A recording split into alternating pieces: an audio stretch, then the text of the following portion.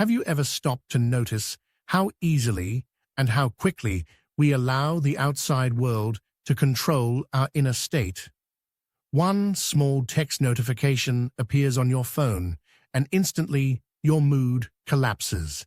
A single coworker's impatient tone makes your chest tighten, your heart beat faster, and suddenly you're restless. You sit in traffic, a few minutes behind schedule, and before you even realize it, you're fuming with anger. Doesn't it feel as if life is constantly pushing and poking at us, testing our patience, pulling our strings, and we, almost helplessly, keep reacting? But let me ask you something far deeper. What if I told you that in truth, nothing outside of you has the power to disturb your peace, unless you hand that power over?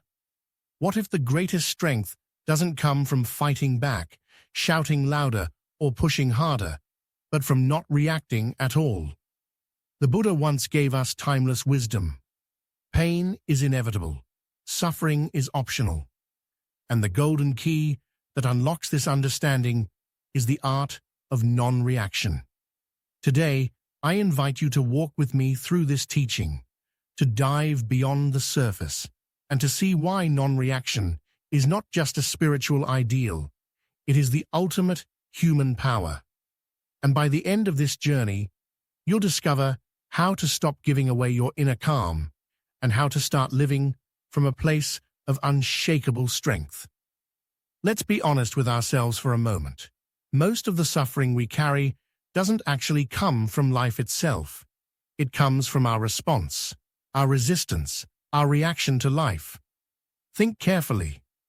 A harsh criticism from someone isn't what really stings. It's the way you replay it over and over in your mind, each time cutting yourself deeper. A breakup in itself isn't unbearable. It's your clinging, your refusal to let go, your fight against reality that creates the unbearable ache. In modern psychology, this is called emotional hijacking. Your brain reacts before you even think. The body goes into autopilot, heart racing, muscles tightening, breath shortening. The mind spins out of control before you've even chosen what to do.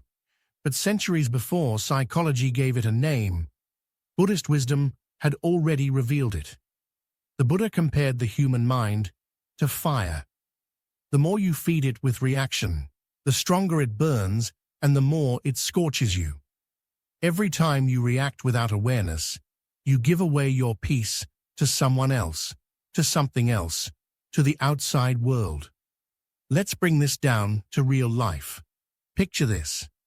You're scrolling online, and you see someone post something offensive.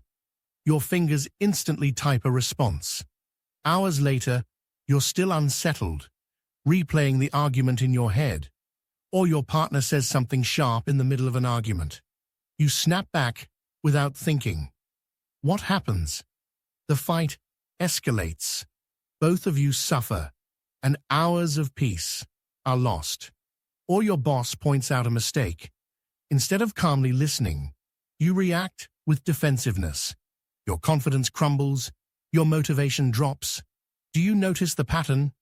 The events themselves are neutral. A post is just words. A comment is just sound. A delay is just time passing. But our reaction is what creates the storm.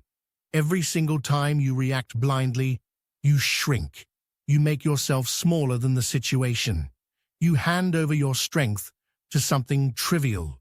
You become like a thermometer, constantly rising and falling depending on what happens around you. But here's the shift. Stop being a thermometer. Start being a thermostat.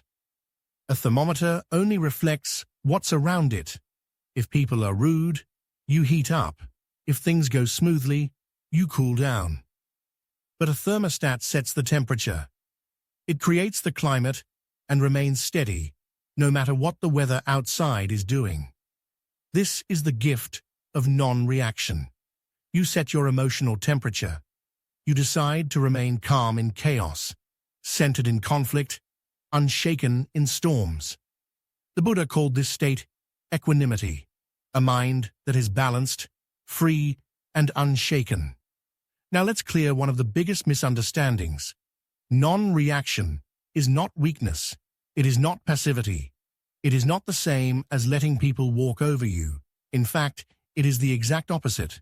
Non-reaction is a declaration of strength. It is saying, you can speak your words, you can throw your stones, but you will not enter my peace. You will not control my inner state. It is choosing your response instead of being dragged by your emotions.